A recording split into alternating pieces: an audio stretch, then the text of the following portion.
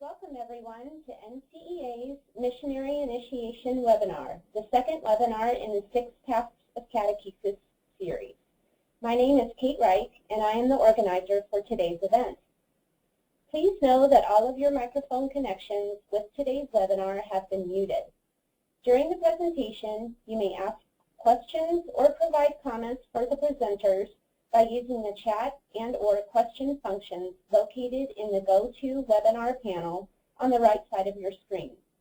To use these functions, click on the chat or question bubble and then click into the blank box area and enter your question using your keyboard.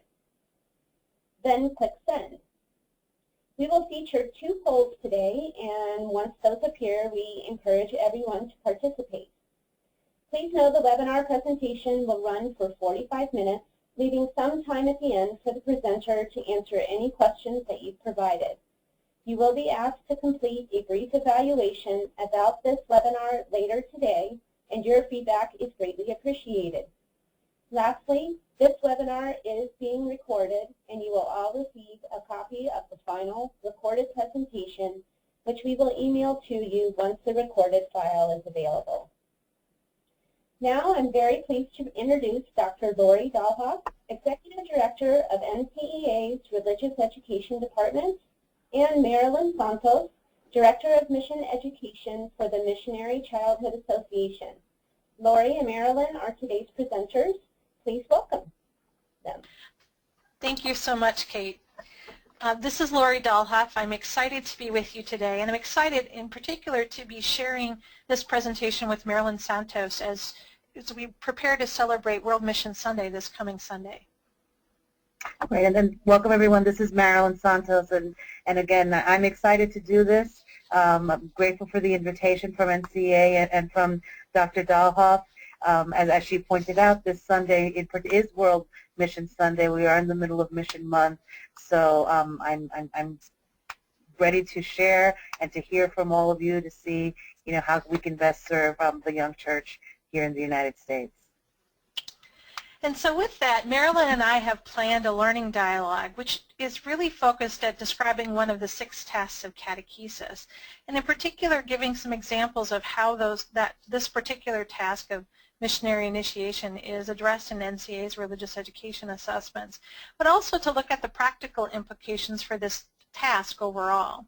So our hope is that by the time we're done with this webinar, that you'll be able to explain the church's understanding of the term missionary initiation as well as missionary discipleship, to give examples of cognitive and affective indicators of missionary initiation. So how would you know this is taking shape in a learner's life, as well as identifying practical ways that you can address missionary initiation through and beyond what you do in a parish, a school, or a diocese. And so as in all things, let us pray together in the name of the Father, the Son, and the Holy Spirit. Amen. O God, Father of all mercies, provider of a bountiful harvest, grant your graces upon those you have called to gather the fruits of your labor. Preserve and strengthen them in their lifelong service of you. Open the hearts of your children that they may discern your holy will. Inspire in them a love and desire to surrender themselves to serving others in the name of your Son, Jesus Christ. Teach all your faithful to follow their respective paths in life, guided by your divine word and truth. Through the intercession of the Most Blessed Virgin Mary, all the angels and saints, humbly hear our prayers and grant your church's need through Christ our Lord. Amen.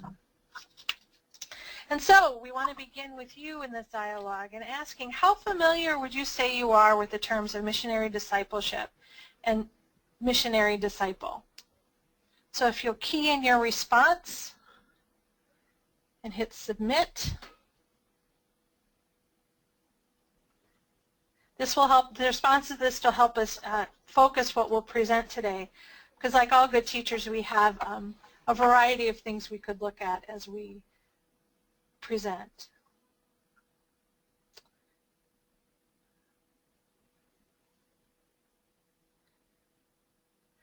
And so it looks like we have a range of folks, some who are extremely familiar, most who are somewhere in that middle, about 55% are somewhat familiar, and 20% who are unfamiliar. And so hopefully for those of you who know more about this, that you can add examples as well in the question functions as we go along. And so, we also want to make sure we have a quick language refresher, because these are two terms that you're going to hear us use throughout the presentation. And we want to just refresh how you use them so we make sure everybody's understanding us. So the first term is evangelization, which really is a Greek word that means sharing the good news, or proclaiming Christ and the gospel through word and witness. And it's to non-believers, or those who've never known Jesus, to those who are new or minimal believers, or some ways young children are that aspect, but also for those of us who've believed for a long time. So that sense of new evangelization, continually being reintroduced to Christ. The other term that's related to it is the term catechesis, another Greek term, which includes the education of children, young people, and adults in the faith of the church. And so it's really teaching Christian doctrine in an organic and systematic way to make disciples. So to be a disciple, you need to have someone who's your master. And so in catechesis, we put people in touch, communion, and intimacy with Jesus Christ. And there's an initial catechesis, which is what we do with young people, as well as the ongoing catechesis, which is part of our life as adults, as well as the families and the parish that we're involved with. So again, these two Greek words, evangelization and catechesis, set the backdrop for this task that we're going to look at now. So, what does this task of missionary initiation involve? Well, it's one of 6 fundamental tasks of catechesis. So the 6 in total are knowledge of the faith, liturgical education, moral formation, teaching to pray, and education for community of life, along with missionary initiation. And these really are the backbone of whatever curriculum we develop for teaching in parishes and schools when it comes to religious education. And what this particular task focuses on is learning to cooperate with the church in continuing the mission of Jesus Christ through the Holy Spirit according to the plan of God. And so really that's how we live out our life. So our state in life, whether you're a lay person or an ordained person or someone who's a professed religious, missionary initiation involves all of us becoming part of that work together. And as the general and national directories for catechesis point out, this task promotes a missionary spirit that prepares the faithful to be present as Christians in society. So as I said, it's about living in the world. So as the National General Directory said, it seeks to equip disciples of Jesus to be present as Christians in society through their professional, cultural, and social lives. And again, nationally, we talk about catechesis that seeks to help disciples of Christ be present in society precisely as believing Christians who are able and willing to bear witness to their faith in words and deeds. And so through that, it is, if you're going to witness to a faith, you need to know what it is. If you're going to be able to explain it to someone, part of what we do in this task is to strengthen the knowledge of the faith. So in a sense, this is what missionary initiation is about. It's about preparing the faithful to be present as Christians in society. And Marilyn, how would you take this then and apply it into missionary discipleship? Missionary discipleship, there's a quote there from recently from Pope Francis, that what he's reminding us is that by our baptism, whether we were aware of it or not, that made us a missionary disciple. It brings us in communion with the church, and it becomes each one of ours in all stages of life, all sorts of vocation, as Lori pointed out, whether it's a call to the religious life or laity, marriage, the single life, that we are to live out that discipleship by proclaiming the gospel with our words and with our actions and with our lives. So missionary discipleship, it's about sharing the good news, as we say on the bottom there. And I know a lot of times, especially with young people and sometimes they're not so young, when we hear this, or maybe those of us who heard the Pope or read him say this, we may have asked ourselves, but no, how can that be? I'm a man or a woman, I'm a lawyer, I'm a teacher, I have a family, I have a job. I'm not a missionary. We still try to, sometimes when we hear the word, we think of, the Maryknoll missioner, the Jesuit missioner, the Salesian missioner, the individual who actually goes into foreign land or mission territory to do humanitarian and to preach the word.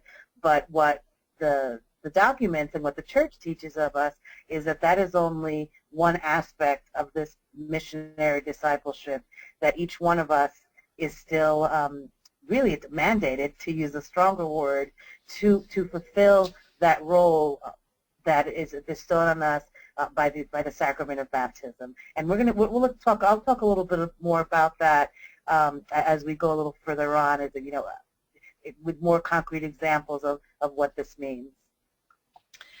And so when we talk about discipleship, it's a relationship with Jesus Christ, but not just that individual relationship. There's some specific outcomes in the sense of how do you know that you've moved into missionary discipleship. And from all of the church's tradition, it talks about 3 basic areas in this way. One is about discerning your vocational state as it flows from the sacraments of Christian initiation. As Marilyn talked about, everyone who's baptized as a Christian is called to be a missionary disciple. And if you go back to what mission is about, it's about living that faith in the world. And so, again, discerning, how am I being called to live this relationship with Jesus Christ in the church in a particular way of life? So that's the first piece of the outcomes. The second is to nourish the attitudes of Jesus Christ, the evangelical attitudes, in the way that help proclaim the good news. Remember back to that word we did a refresher on of evangelization. And what are the attitudes that help with that? And that to be poor in spirit, compassionate, meek, pure of heart. And so, in a sense, allowing Christ to be the one that's proclaimed. So it's centered on Christ, not simply about what we want to say. It's coming in and through the good news of Jesus Christ. It's about having the attitude that opens us to hear the cry of injustice, to be aware of those who are voiceless, and to be part of being in solidarity with them. To have the attitude of making peace, of looking for solutions that come with love and justice for all. And at the same time, being able to accept rejection and persecution. Is that part of having that being poor in spirit is recognizing there are times when you're standing with Christ, or sometimes you're standing with those on the margins that are not always acceptable to everyone around you, but to be able to accept that rejection and persecution with love and confidence that you are indeed working with the Holy Spirit and continuing Christ's mission. So those attitudes and building them through life is part of what we're hoping in fulfilling this task of catechesis. And then the third aspect of missionary initiation is about equipping the faithful for ecumenical and interreligious dialogue. Again, if you're going to be sharing this faith in the world, we live in a world that has many different expressions of Christianity, as well as many different religions. And so being able to know what we hold in common, as well as knowing the differences and not minimizing the real differences. And so saying, well, it really doesn't matter what you are anyway, but at the same time, let the differences be the things that keep us from being about the work that God has called us to be about in the world. And so part of that ecumenical dialogue, if you're going to share what's in common or know what's different, again, you have to know the faith. And so as you're starting to probably hear, the other tasks of catechesis do show up in this particular task. They're really interrelated.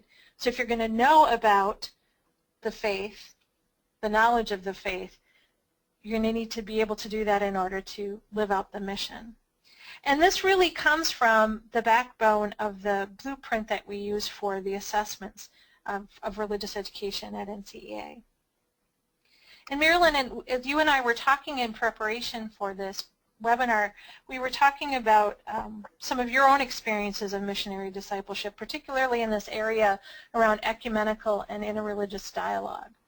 Could you share a bit more about that? Absolutely. I think, and I will share a story that I shared with Lori in a moment, but I think particularly in the field of mission, what we have evolved, which is always, positive, is really recognizing the common areas are not just with fellow Christians or even fellow brothers and sisters who have a faith-based, whether it's Judaism or Muslims, but actually also recognizing that with folks that we encounter that really do not follow a particular Judeo-Christian or Muslim experience that we're familiar with, and yet recognizing that there are common areas with those who are not Christian. And how do we approach that? I think, as Lori just said, is to actually hold up those differences and recognizing the beauty that can be found in there and that God is still in there. So really, so when we evangelize, again, to use that word, we really are using that very, very much broader sense of evangelization, that it's not to proselytize. It's to recognize the God that exists in other just because they are a child of God. And one of the stories that was very inspiring to me is a priest who recently passed away, and he was a Pim priest who spent most of his priestly life in Tanzania as a missionary. Oh, excuse me. And as he was just recently, as we knew that his health was failing, many people came to visit him. And one of the things that he shared is that he was very much aware that for the majority of the people that he encountered in Tanzania, they didn't care, or may not even necessarily that he was a Christian, that he was a Catholic, but what they remember about him is how much he valued them and how much he recognized the beauty of who they were just because they were.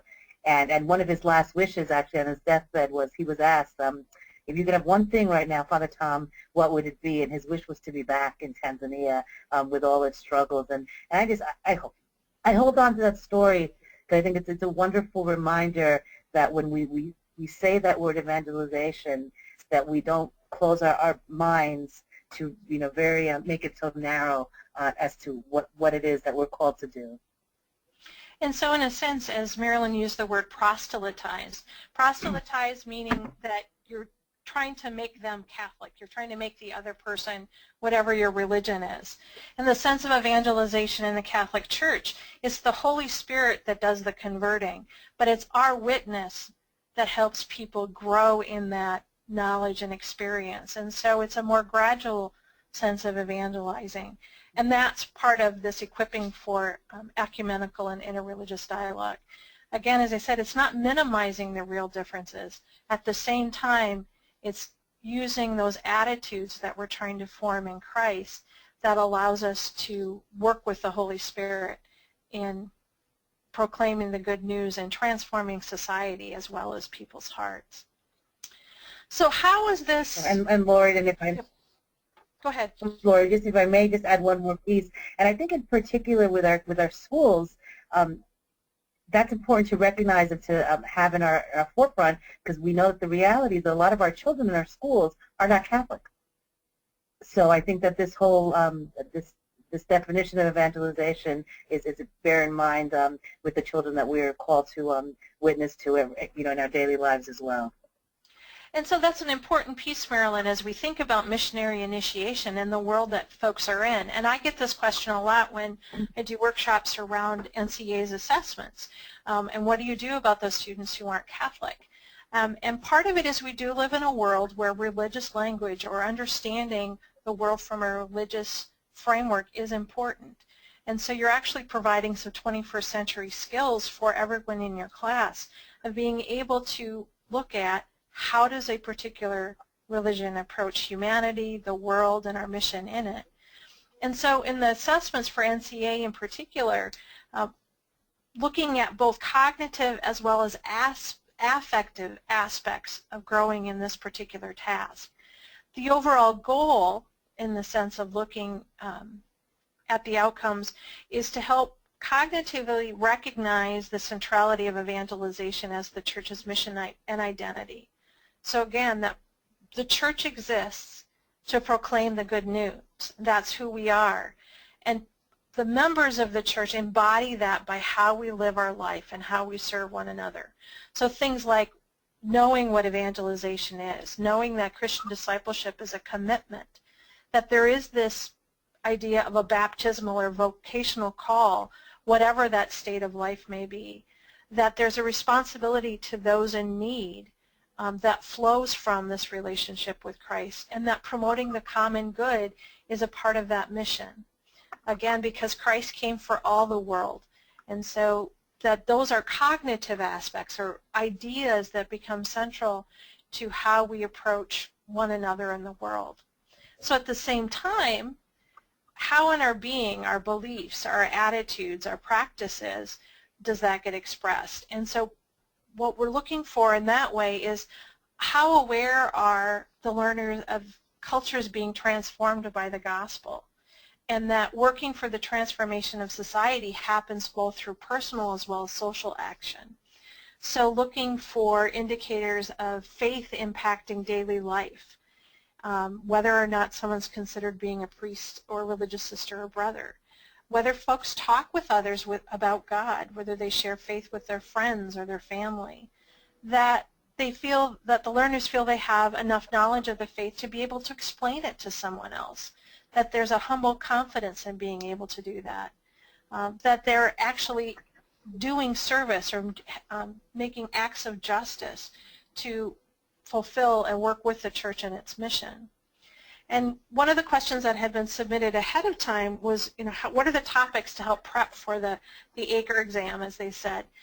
But part of it is actually the whole of the work that you do in catechesis. So it's not particularly about the taking the actual assessment what the students fill out. It's really about all of those things that you're doing along the way in each of the 6 tasks of catechesis that we mark at the different snapshots when the assessment's actually given. And so these particular areas, both cognitively and affectively, are what we're hoping to build along the way throughout the learner's life and into their adulthood.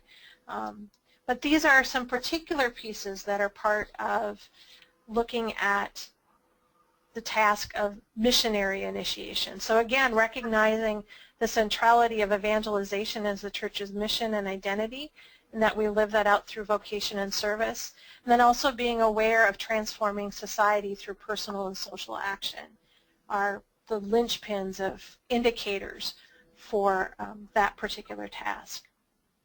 So now we're going to go to our second poll. If you have questions, feel free to type them in along the way. And if we have a pause or a question seems appropriate, Kate will ask to do that. But to know as well, we invite you to answer the second poll. So in which ways do you currently address missionary discipleship in your teaching? And you can click all of those that apply.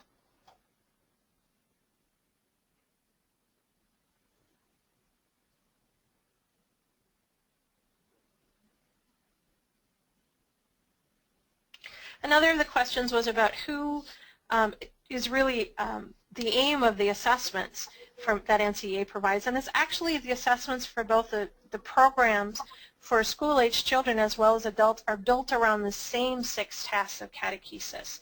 So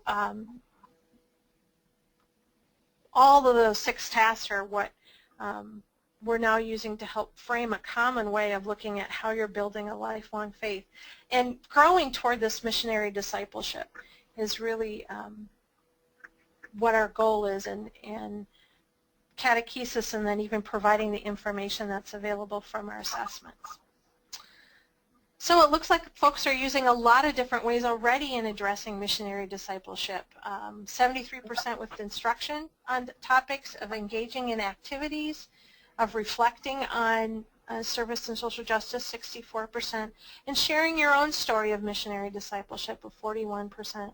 And part of why we put this question is there is sometimes we've had people say to us, well, I don't do that at all. And as you've shown us already in this poll, that you're already doing pieces of this work in how you teach, even if you may not have been consciously aware of that.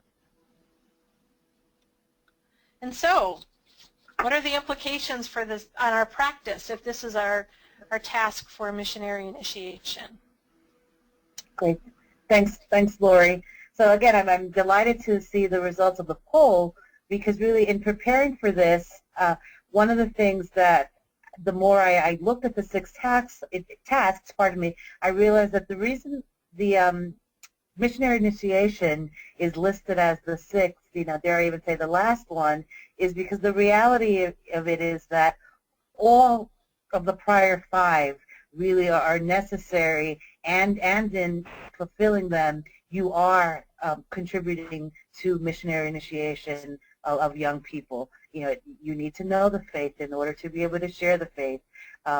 Just the liturgical education, the moral formation, discernment, prayer, and certainly community life.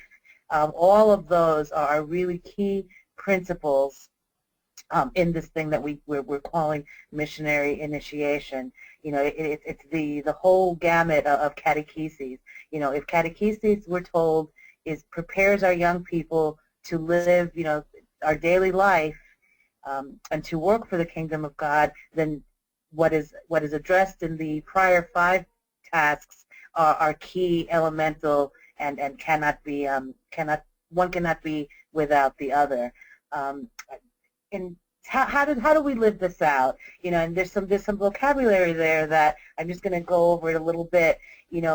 We're called to live it out, missio ad gentes, or sometimes maybe referred to as ad extra, and that is the type of missionary activity that's intended as first preaching in places where the message of the gospel has not yet reached, or communities that have been recently evangelized. So, you might, some of our countries in Africa, some of the Asian countries, that would be one of those examples.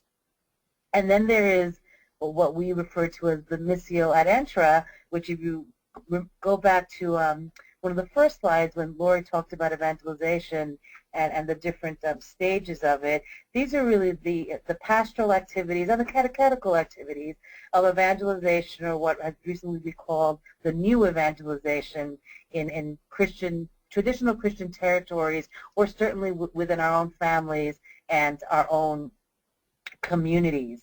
And a key principle I'd love us to discuss a little bit, and if you have questions or examples of it, is that we are actually all called to live out both the ad gentes and the ad intra. The ad intra is the familial piece, it's the local community, but even if I never become that missionary, like St. Francis Xavier, who went to the missions, I am still, and our young people still need to start recognizing that how they can live that out. So, and if we go to the next slide, we see there again, this is from recently from Evangelii Gaudium. Pope Francis is doing a really wonderful job of reinvigorating and reminding and animating this sense of mission in all of us. Each one of us as an individual is mission, and that is why we're here. And as Lori had indicated in the other slide, the church exists to proclaim the good news of the gospel. If we can go forward to just delve in a little deeper into those key principles. Again, we have the quote from Matthew that reminds us that the mission of the church is not just my mission, but of every Christian family. Ad intra is really the internally to the family itself, and ad extra is the leaven for society, and the two are inseparable. They are inseparable. The family are as the first agent of evangelization. We read that in the directories, in our catecheses. Education in the faith is, of course, the first responsibility of the parents. It's also how we minister to one another. It's the role of the nuclear and extended families of godparents. And then ad intra is also in the church. Again, families as witnesses of how they live out their faith, how they enliven the community, families reaching out to other families of believers, families evangelizing and catechizing and tending to both the spiritual and material needs of the church, a promoter of vocations in the church, and again by vocations we mean priesthood, marriage, religious and consecrated life, the diaconate, and lay ministry. And then there's the ad extra, which is the missio. We do this by guarding the faith, because as the Catechism teaches us, our faith is not supposed to be something that's private. It's not a private good, but it's something that we are called to share by our witness, by our acceptance to others, and by our openness. And that's actually a quote from the Pontifical Council of the Families Plenary Assembly. I believe it was last year. And again, Pope Francis is really emphasizing that the formation as Christian families is that they also should be recognizing that they're missionary families by the examples that they set forth. So, you know, how does a young person do that ad gentes missionary, become that ad gentes missionary? By learning about and by praying for their fellow brothers and sisters and children that are in those mission territories.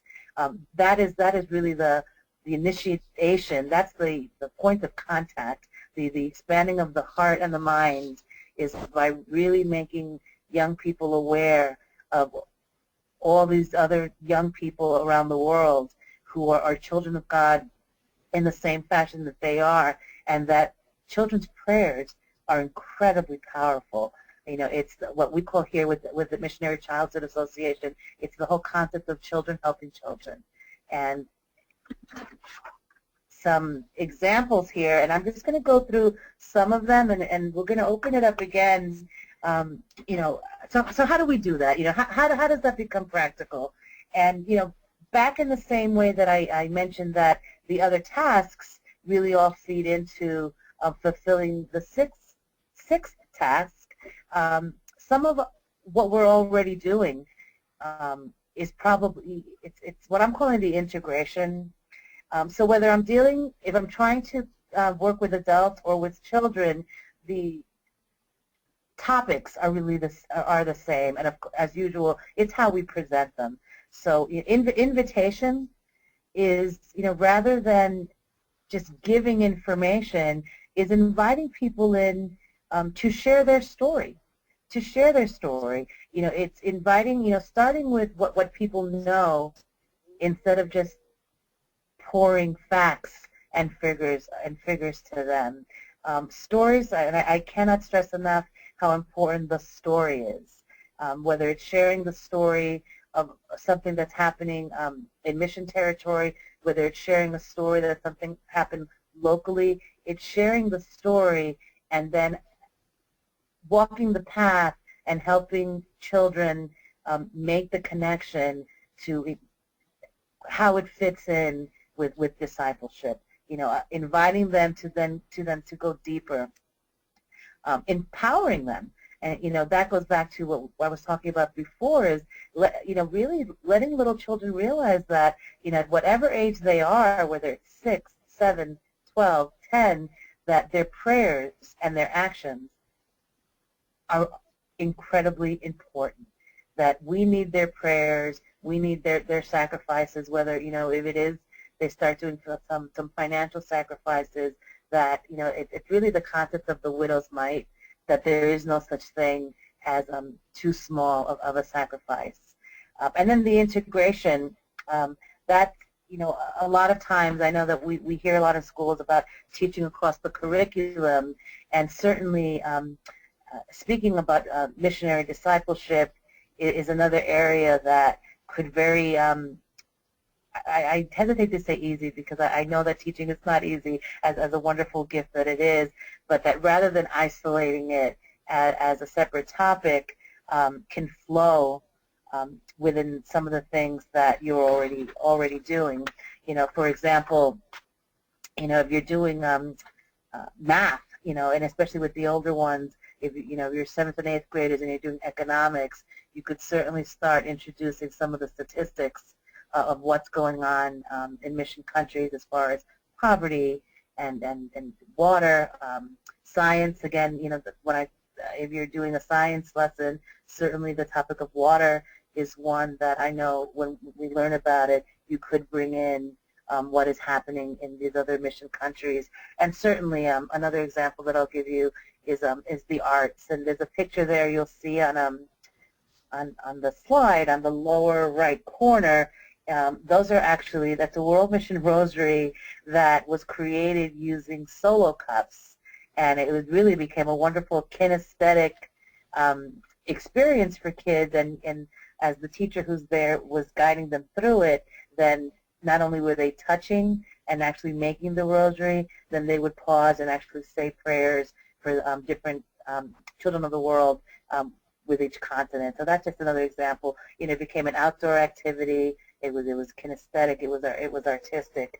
So it's allowing young people to have experiences where they see themselves as becoming part of the community as equals, and not seeing mission as always coming in to save those who are less.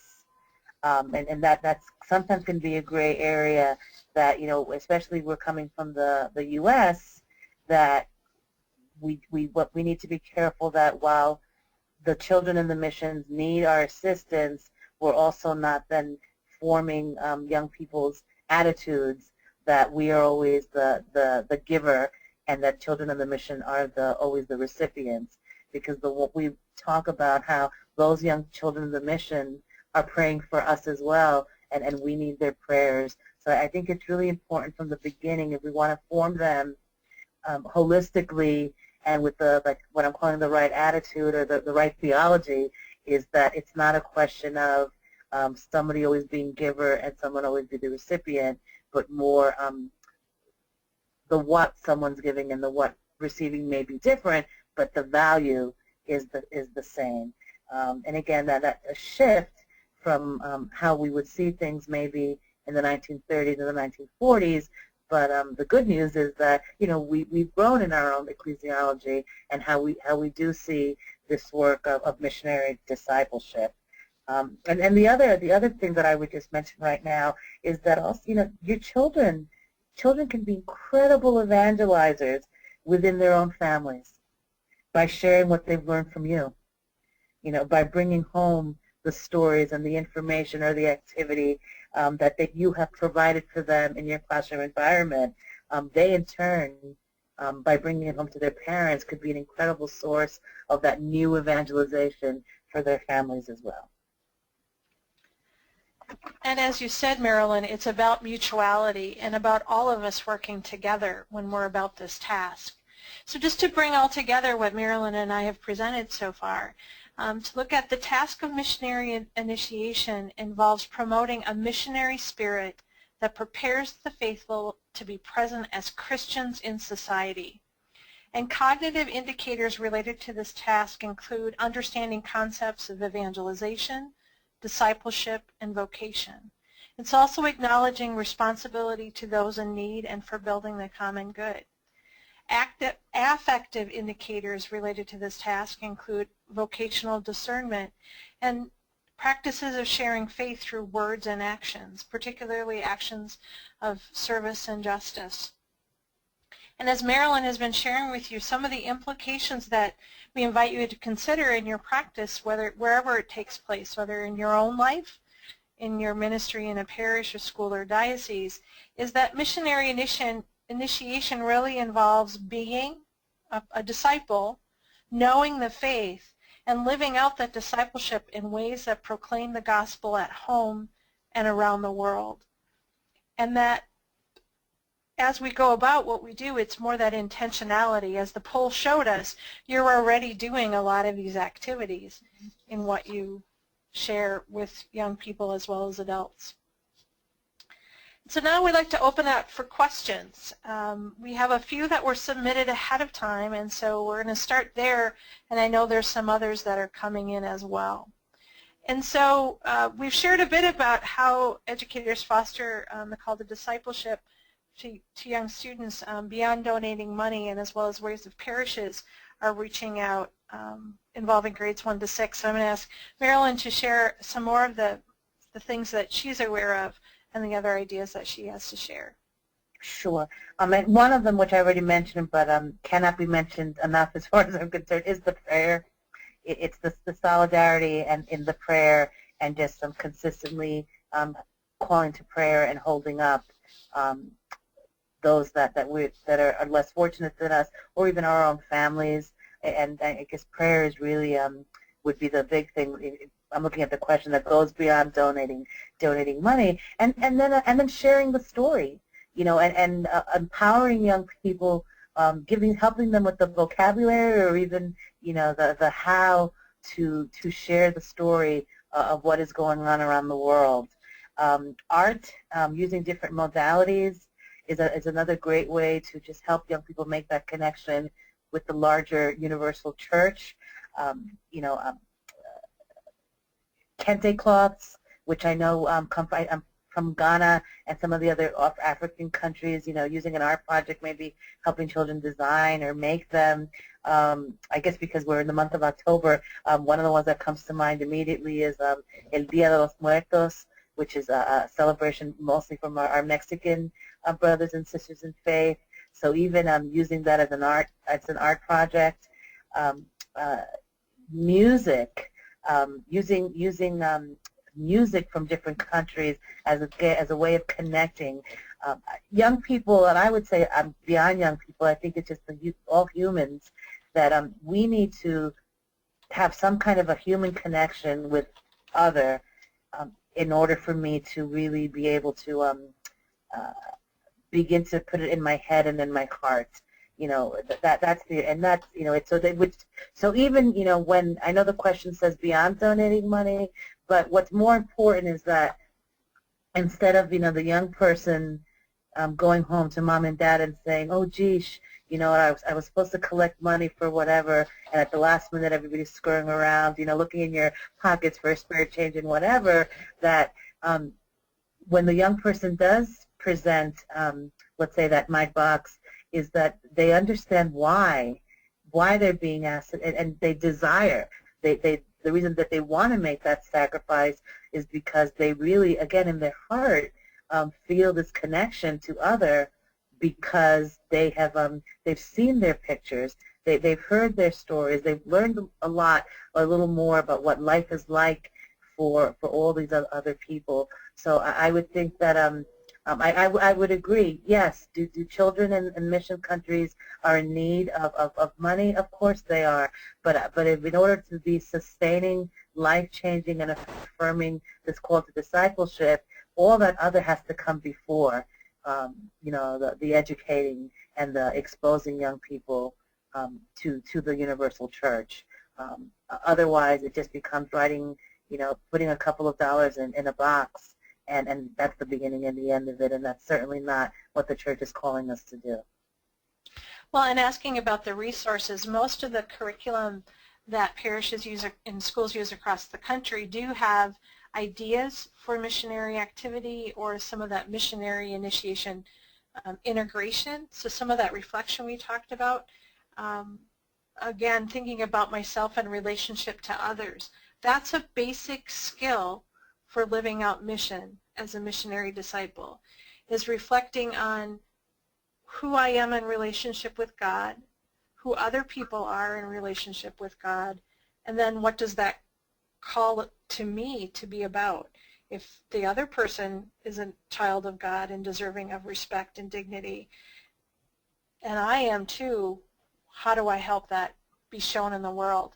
And so that is a part of every curriculum I know that's approved by the Bishops' Committee for the Catechism.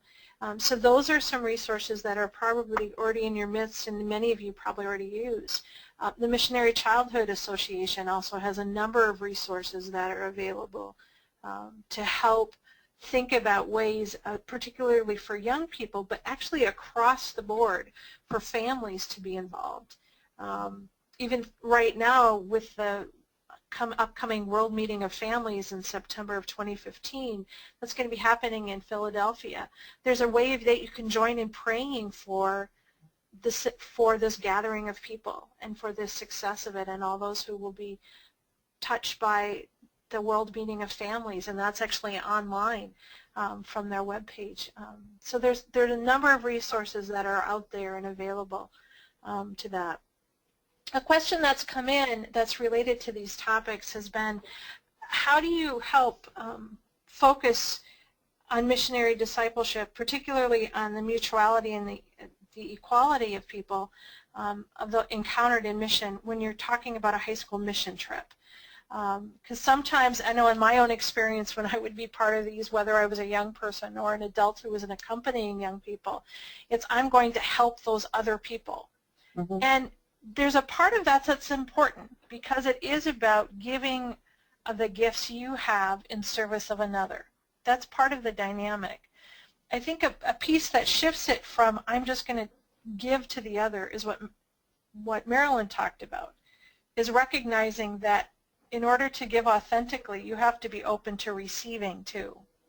And so helping young people, even with the simple question of how will you see Christ in the faces and in the lives of the people you'll be with, or the community that you're serving. That's just a simple way of starting to shift the focus from just what I'm going to do to who I am as well in relationship to other people. Of even being honest, that whole place of reflection, which is often missing from some trips, is you go and do this activity and we just do it. There's no time to step back and actually take the deeper step, go to the deeper place of what does this mean about my relationship with Jesus Christ and one another and the church, and how are we helping transform society in the way that God has envisioned for us. And high schoolers have the capacity to do that. You don't need to throw a lot of information at them, but even helping this mutuality of understanding, much like Marilyn talked about, of doing some research ahead of time before you go to a particular place so you have them ready to ask some informed questions and to really have part of what their mission is to first be in solidarity with them. Is that wherever you're going, the first place that you have in common is that you're human beings created in the image and likeness of God. And so that you know in your first encounter, that's what you're going to see. And how are you going to be that for each other? And not that you necessarily need to say a word about faith, but to know how are you going to act, live out those attitudes that we talked about, those evangelical attitudes, so that people around you know that there's something particular in your life that expresses why you're doing this mission trip. Now that's kind of the highest level if you've got high school students who are fully aware of all of these pieces with their trip. But that's why you can come back to the simple thing of needing to reach out to others. That's the first basic step. The higher order thinking skills or critical thinking skills are what you're really working toward when you ask some of these deeper questions or start to ask some of the social issue questions that are part of doing these kinds of mission trips. But again, you have to know where your students are, particularly if you have a mixed group of students who are not all Catholic. It can also be a way of simply asking, where do you see human dignity being respected, and where do you see the challenges to human dignity? That's another place to start and build. As you can tell, I've got a little bit of passion around this. So if whoever asked the question, if you want to have further conversation, feel free to connect with me. Yeah. Anything else you want to add, Marilyn? Sure. I just wanted to just underscore, everything that you said is just so key and so important, because if we are not intentional about forming before they actually go, and what you said, and even then unpacking it or then having the reflection, then unfortunately what happens is these experiences really become it's actually a phrase that's been coined is voluntourism.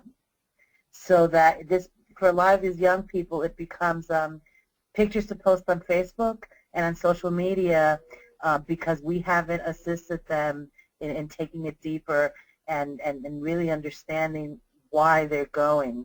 And a lot of times, a lot of these trips, even in the preparation, as you said, doing the research of the community that they are going to encounter. I mean, I have heard numerous stories where even some of the young people, because they are capable of that higher level thinking, have made the connection. We really didn't do anything here that was worth it. You know, maybe we would have been better off staying home and just supporting the community in a different way.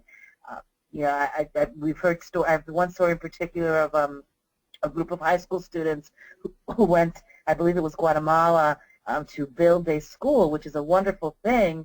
But what happened was, what the young people discovered was that every night when they went to sleep, the local people of the community had to take down everything that they had done and redo it.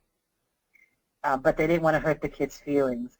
So, you know, as you can see, something went wrong again in the getting ready to go and in the communication, because a lot of these young people, when they became aware of it, instead of coming home enriched and having had a good experience, really came home feeling that there was no value in their going. So again, you know, everything that Lori said, it's just so important that as Christians, as Catholics, that when we do organize and sponsor these mission trips, that we do the proper formation and the unpacking during, before, and after. Otherwise, it becomes just a humanitarian trip, and that's wonderful, and we need those trips. But if we're going there because it's part of our fulfilling our missionary discipleship, then it needs to go beyond the humanitarian aspect. And in some ways, this feeds into the other two questions that we had submitted of how can we assist non-Catholic teachers in their roles as evangelizers, and as well as the other question, how can we evangelize people of other religions who come to our doors or who distribute materials in public places like the library.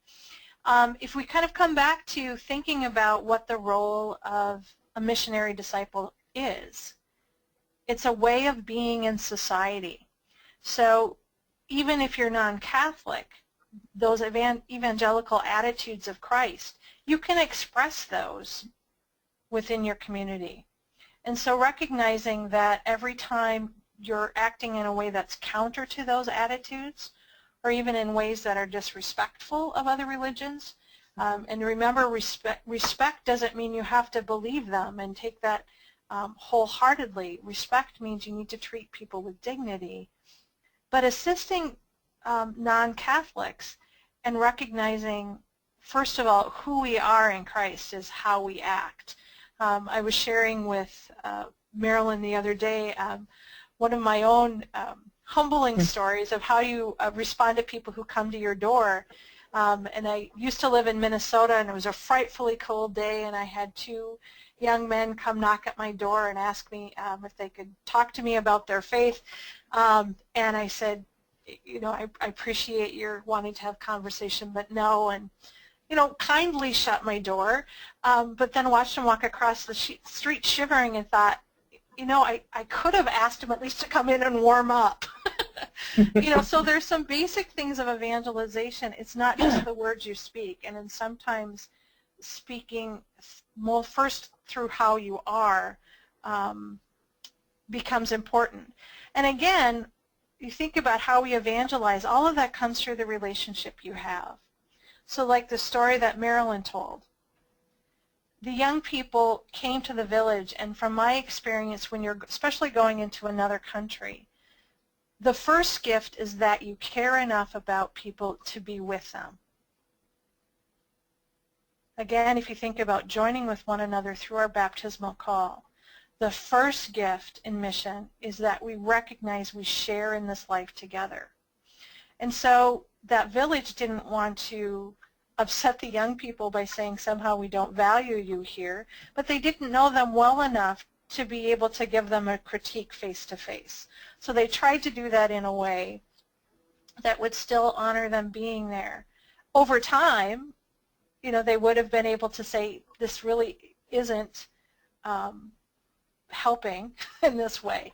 But you think about your own relationships. There's some people who can be really honest with you and that's constructive, and others who, no matter what they say, it's really hard to listen to them because it's all about the other person and not about you.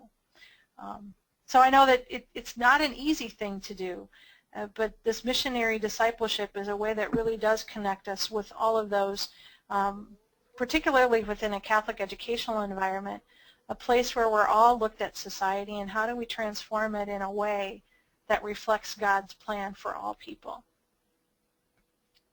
Well, I'm showing that there's no other questions, and so Marilyn and I had a few resources we thought might be helpful for you. The General Directory for Catechesis and the National Directory for Catechesis is where we drew this information, particularly about the 6 tasks of catechesis and what the outcomes are for the task of missionary initiation, as well as NCEA's assessment tools. The Pontifical Mission Societies, in particular the Missionary Childhood Association, has some really good resources available to you. The Joy of the Gospel, or Evangelii Gaudium, which is the apostolic exhortation. So it's really the call to the mission that Pope Francis has given into the church in our time, which is available online.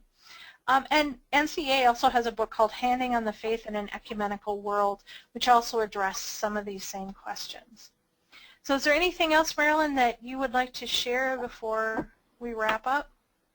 No, I guess just, again, thank you for participating. And Lori did mention, our resources, and in particular, if you go on our website, which is actually onefamilyinmission.org, we do have materials that were created specifically for World Mission Sunday, which is this Sunday, but the educational piece, and there's a wonderful video of the Church of Mongolia, is certainly something that is applicable beyond World Mission Sunday. It is something that, I encourage you to go on the website. That's actually, that video that's showing there that's actually Dr. Baptiste, the Secretary General of the Missionary, and that's actually a wonderful video to watch as well. But you would find the World Mission Sunday materials if you click on the Society for the Propagation of the Faith. I am a missionary, and if you scroll down and you kind of poke around in there, World Mission Sunday, there you go. There is a wonderful video, and like I said, PDFs of the materials that were sent to parishes. And again, like I said, I encourage you to look at them because it's beyond the season, as they say. So again, thank you, everyone. And thank you so much for being with us. God bless us as we're about this mission together.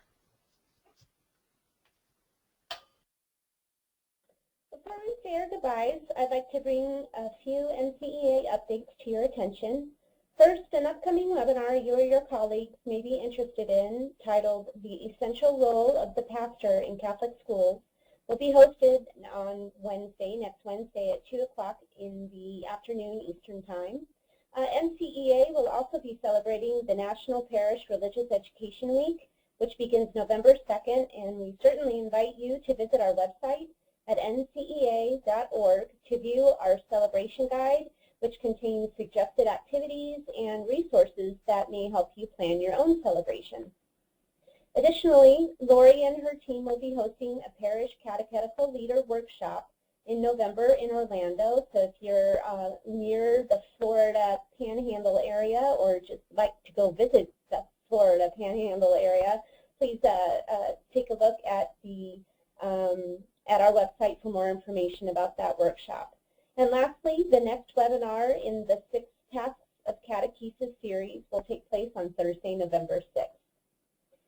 Thank you again, Lori and Marilyn, for all that you've shared with us this afternoon, and I thank all of you for participating in this webinar.